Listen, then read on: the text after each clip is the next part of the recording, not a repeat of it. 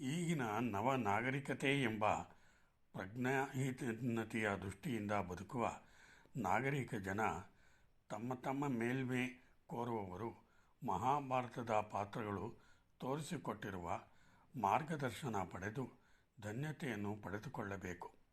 ಇದನ್ನು ಬಿಟ್ಟು ಅನ್ಯ ದಾರಿಯೇ ಸುಖ ಸಂತೋಷದ ಜೀವನಕ್ಕೆ ಮಾರ್ಗವೇ ಇಲ್ಲ. ಈ ಮಾನವನು ತನ್ನ ಬುದ್ಧಿವಂತಿಕೆಯಿಂದ ಏನೇ ಪ್ರಯೋಗಗಳನ್ನು ಮಾಡಿದರೂ ಅದೆಲ್ಲ ಇವನಿಗೇ ಒಂದು ಕಾಲಕ್ಕೆ ಮಾರಕವಾಗುವುದರಲ್ಲಿ ಸಂದೇಹವೇ ಇಲ್ಲ. ಈ ಜಗತ್ತಿಗೆ ಎಂದೆಂದಿಗೂ ವೇದ ಮಾರ್ಗದರ್ಶನವೇ ಆಧಾರ ಸ್ತಂಭ.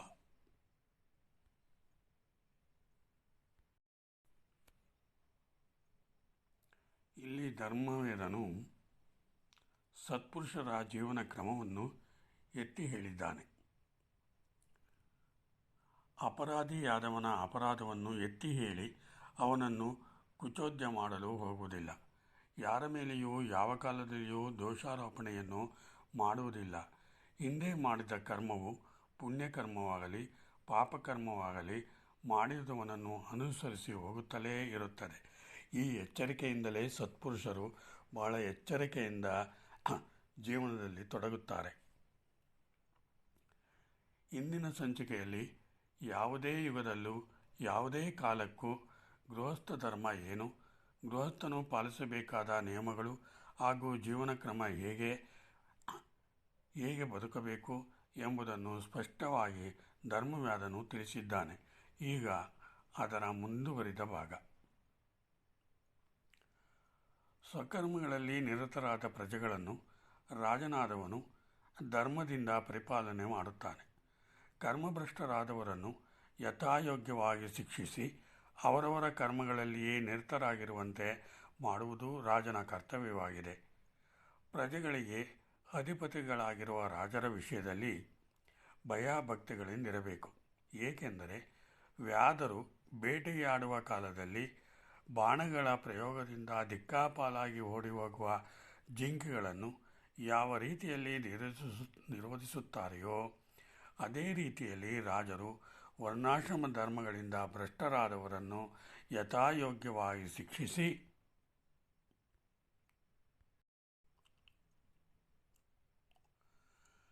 ಅವರವರ ವರ್ಣಾಶ್ರಮ ಧರ್ಮಾನುಸರಣೆಯಲ್ಲಿ ಅವರನ್ನು ಪುನಃ ನಿಯೋಜಿಸುತ್ತಾರೆ. ಬ್ರಹ್ಮರ್ಷಿಯೇ, ಜನಕನಿಂದ ಆಳಲ್ಪಡುತ್ತಿರುವ ಈ ದೇಶದಲ್ಲಿ ಯಾವೊಬ್ಬ ಪ್ರಜೆಯೂ ತನ್ನ ವಂಶಾನುಗತವಾಗಿ ಬಂದಿರುವ ವರ್ಣಾಶ್ರಮ ಧರ್ಮಗಳಿಂದ ಭ್ರಷ್ಟನಾಗಿರುವುದಿಲ್ಲ.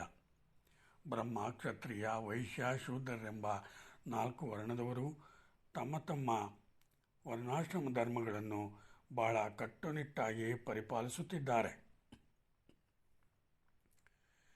ಈ ನಮ್ಮ ಜನಕರಾಜನು ದುರ್ವೃತ್ತನಾದವನು ತನ್ನ ಮಗನೇ ಆಗಿದ್ದರೂ ಅವನನ್ನು ಶಿಕ್ಷಾರ್ಹನೆಂದು ನಿಶ್ಚಯಿಸಿ ಅವನ ಅಪರಾಧಕ್ಕೆ ಅನುಗುಣವಾದ ಶಿಕ್ಷೆಯನ್ನೇ ವಿಧಿಸುತ್ತಾನೆ. ಧಾರ್ಮಿಕನಾದವನನ್ನು ಯಾವ ಕಾರಣದಿಂದಲೂ ಶಿಕ್ಷಿಸ ಹೋಗುವುದಿಲ್ಲ. ತನ್ನ ದೇಶದಲ್ಲಿ ನಡೆಯುವ ವಿಷಯಗಳನ್ನು ತಿಳಿದುಕೊಳ್ಳಲು ರಾಜನು ಶಿಕ್ಷಿತರಾದ ಗೂಢಚಾರರನ್ನು ನೇಮಿಸಿಕೊಂಡಿರುತ್ತಾನೆ. ಎಲ್ಲ ಪ್ರಜೆಗಳನ್ನು ಸ್ವಲ್ಪವೂ ಪಕ್ಷಪಾತವಿಲ್ಲದೆ ಧರ್ಮೈಕ ದೃಷ್ಟಿಯಿಂದ ಪರಿಪಾಲಿಸುತ್ತಿದ್ದಾನೆ. ಸಂಪತ್ತು, ರಾಜ್ಯಭಾರ ಇವುಗಳು ರಾಜನಿಗೆ ಸೇರಿದವುಗಳು. ದುಷ್ಟ ಶಿಕ್ಷಣ, ಶಿಷ್ಟ ಪರಿಪಾಲನೆಗಳೇ ಅವನ ಮುಖ್ಯ ಧರ್ಮ. ರಾಜರು ಯಾವಾಗಲೂ ಸ್ವಧರ್ಮದಲ್ಲಿಯೇ ನಿರತರಾಗಿದ್ದುಕೊಂಡು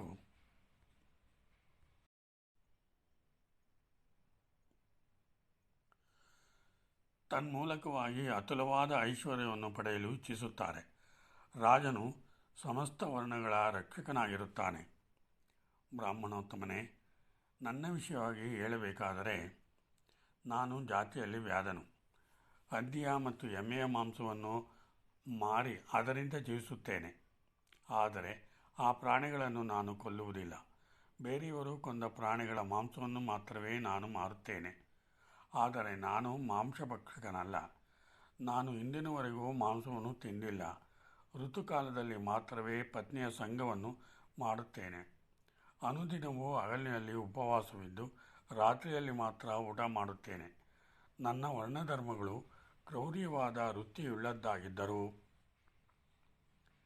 ಆ ಕ್ರೌರ್ಯತೆಗೆ ಅನುಸಾರವಾಗಿ ನಾನು ಕ್ರೌರ್ಯದಿಂದಲೇ ಇರಬೇಕೆಂಬ ನಿಯಮವಿಲ್ಲ. ಕ್ರೌರ್ಯ ವೃತ್ತಿಯಲ್ಲಿದ್ದು ಸಾಧು ಜೀವನವನ್ನು ನಡೆಸಬಹುದಾಗಿದೆ. ಇದು ಸ್ವಾನುಭವದ ಮಾತು. ಮಾನವನೊಬ್ಬನು ದುಶ್ಶೀಲನಾಗಿದ್ದರೂ ಪರಮಪುರುಷನ ಸದೈಕ ಧ್ಯಾನದಿಂದ ಸುಶೀಲನಾಗುತ್ತಾನೆ.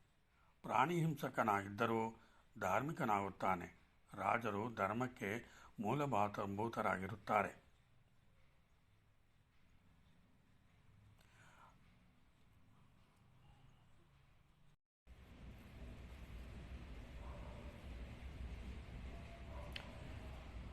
ಅವರ ಧರ್ಮಮೂಲವಾದ ರಾಜ್ಯಾಡಳಿತವನ್ನೇ ಅನುಸರಿಸಿ ದೇಶವು ಧರ್ಮಭೂಯಿಷ್ಠವಾಗಿರುತ್ತದೆ. ಆದರೆ ರಾಜರೇ ಪಾಪಾತ್ಮರಾದರೆ, ಪಾಪಕರ್ಮಗಳನ್ನು ಮಾಡುತ್ತಿದ್ದರೆ, ಧರ್ಮವನ್ನು ಬದಿಗಿಟ್ಟು ಸ್ವೇಚ್ಛೆಯಿಂದ ರಾಜ್ಯಭಾರವನ್ನು ಮಾಡುತ್ತಿದ್ದರೆ ದೇಶದಲ್ಲಿ ಧರ್ಮಸಂಕರವಾಗುತ್ತದೆ. ಅಧರ್ಮದ ಪ್ರಾದುರ್ಭಾವದಿಂದಾಗಿ ಪ್ರಜೆಗಳು ವರ್ಣಸಾಂಕರ್ಯವನ್ನು ಹೊಂದುತ್ತಾರೆ. ಬ್ರಾಹ್ಮಣೋತ್ತಮನೇ, ನಿಶ್ಚಯವಾಗಿಯೂ ಲೋಕದಲ್ಲಿ ಅಧರ್ಮವು ಹೆಚ್ಚಿದಂತೆಲ್ಲ ವಿಕಾರವಾದ ಆಕಾರವುಳ್ಳ ಮನುಷ್ಯರು, ಕುಳ್ಳರು, ಕುರೂಪಿಗಳು, ದಪ್ಪತಲೆಯವರು, ನಪುಂಸಕರು, ಕುರುಡರು, ಕಿವುಡರು, ಮೆಳ್ಳೆಗಣ್ಣುಳ್ಳವರು ಹುಟ್ಟುತ್ತಾರೆ. ರಾಜನು ಮಾಡುವ ಪಾಪಕಾರ್ಯದಿಂದಾಗಿ, ಧರ್ಮದ ಅಲಕ್ಷ್ಯದಿಂದಾಗಿ, ದುರ್ನೀತಿಯಿಂದಾಗಿ ಪ್ರಜೆಗಳು ತೊಂದರೆಗೀಡಾಗಿ ಅವನತಿಯನ್ನು ಹೊಂದುತ್ತಾರೆ. ಆದರೆ ನಮ್ಮ ರಾಜನಾದ ಜನಕನು ಎಲ್ಲ ಪ್ರಜೆಗಳನ್ನು ಧರ್ಮದಿಂದ ಪರಿಪಾಲನೆ ಮಾಡುತ್ತಿದ್ದಾನೆ. ಅವರ ವಿಷಯದಲ್ಲಿ ಯಾವಾಗಲೂ ಅನುಗ್ರಹ ಹೊಂದಿರುತ್ತಾನೆ. ಪ್ರಜೆಗಳನ್ನು ತನ್ನ ಮಕ್ಕಳೆಂದೇ ತಿಳಿದು ಅವರ ವಿಷಯದಲ್ಲಿ ಯಾವಾಗಲೂ ದಯಾಪರನಾಗಿರುತ್ತಾನೆ. ಈ ಕಾರಣದಿಂದಲೇ ಪ್ರಜೆಗಳು ತಮ್ಮ ತಮ್ಮ ವರ್ಣಾಶ್ರಮ ಧರ್ಮಗಳಲ್ಲಿ ನಿರತರಾಗಿದ್ದು ಧಾರ್ಮಿಕರಾಗಿರುತ್ತಾರೆ.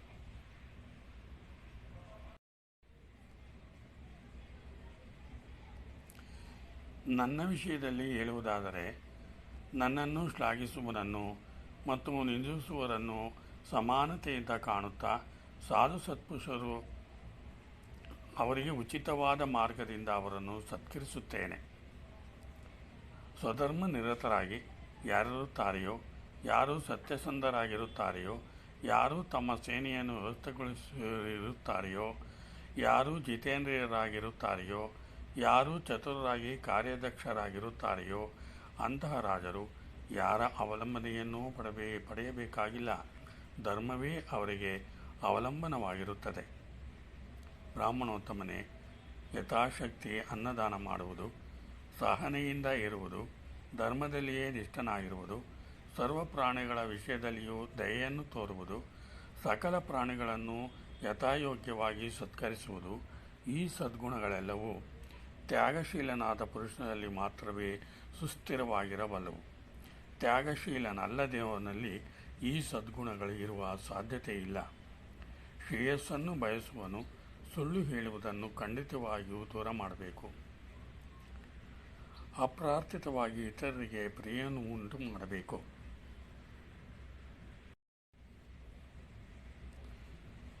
ಅಪ್ರಾರ್ಥಿತನಾಗಿ ಇತರರಿಗೆ ಪ್ರಿಯವನ್ನುಂಟು ಮಾಡಬೇಕು.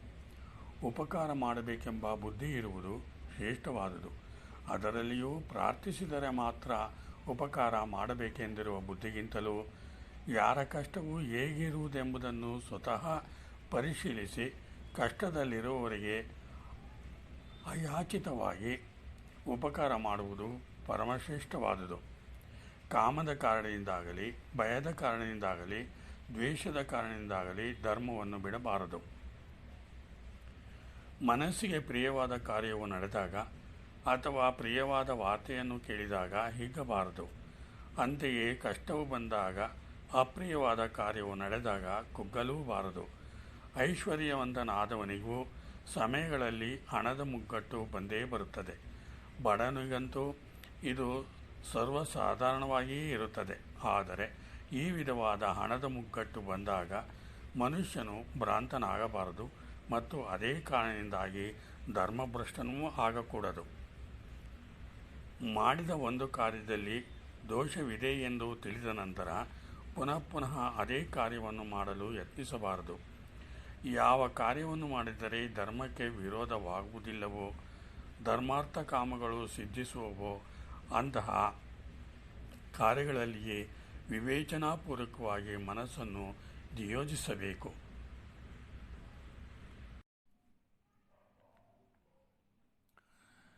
ಈ ಕಲಿಯುಗದ ಜನರು ತಮ್ಮ ನಿಜಸ್ಥಿತಿಯನ್ನು ಹಾಗೂ ಈ ಜಗತ್ತಿನ ನಿಜಸ್ಥಿತಿಯನ್ನು ಯಥಾವತ್ತಾಗಿ ಅರಿಯುವ ಸಾಮರ್ಥ್ಯವನ್ನು ಕಳೆದುಕೊಂಡು ಬದುಕುವವರಾಗಿರುತ್ತಾರೆ.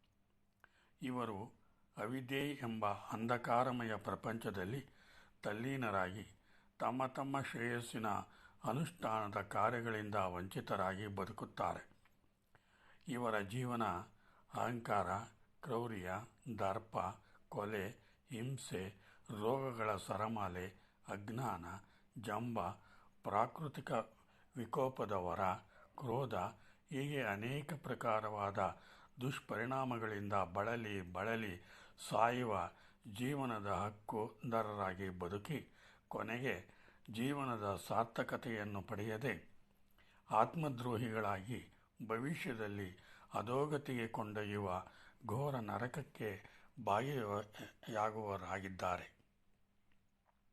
ಇದು ಮನುಷ್ಯರ ಬದುಕಲ್ಲ. ಮನುಷ್ಯನು ಹೀಗೇ ಬದುಕಬೇಕೆಂಬ ಶಾಸನ ಇದೆ.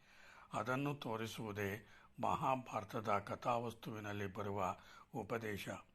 ಆದ್ದರಿಂದ ಪ್ರತಿ ಮಾನವನು ತಪ್ಪದೇ ಓದಿ ತಿಳಿದುಕೊಂಡು ತಮ್ಮ ಜೀವನವನ್ನು ಧರ್ಮದ ಹಾದಿಯಲ್ಲಿ ಮುನ್ನಡೆಸಿ ಸಾಗಿದರೆ ಅದೇ ಧರ್ಮೋ ರಕ್ಷತಿ ರಕ್ಷಿತಾಃ. ಅಂಥ ಮಾನವರು ಶಾಶ್ವತ ಸುಖಕ್ಕೆ ಭಾಗಿಯಾಗುತ್ತಾರೆ. ರಹಸ್ಯ ತಿಳಿಯಬೇಕು. ಹೊರಗಿನ ಜೀವನ ನೋಡಿ ಮೋಸ ಹೋಗಬಾರದು. ಸ್ವಸ್ತಿ.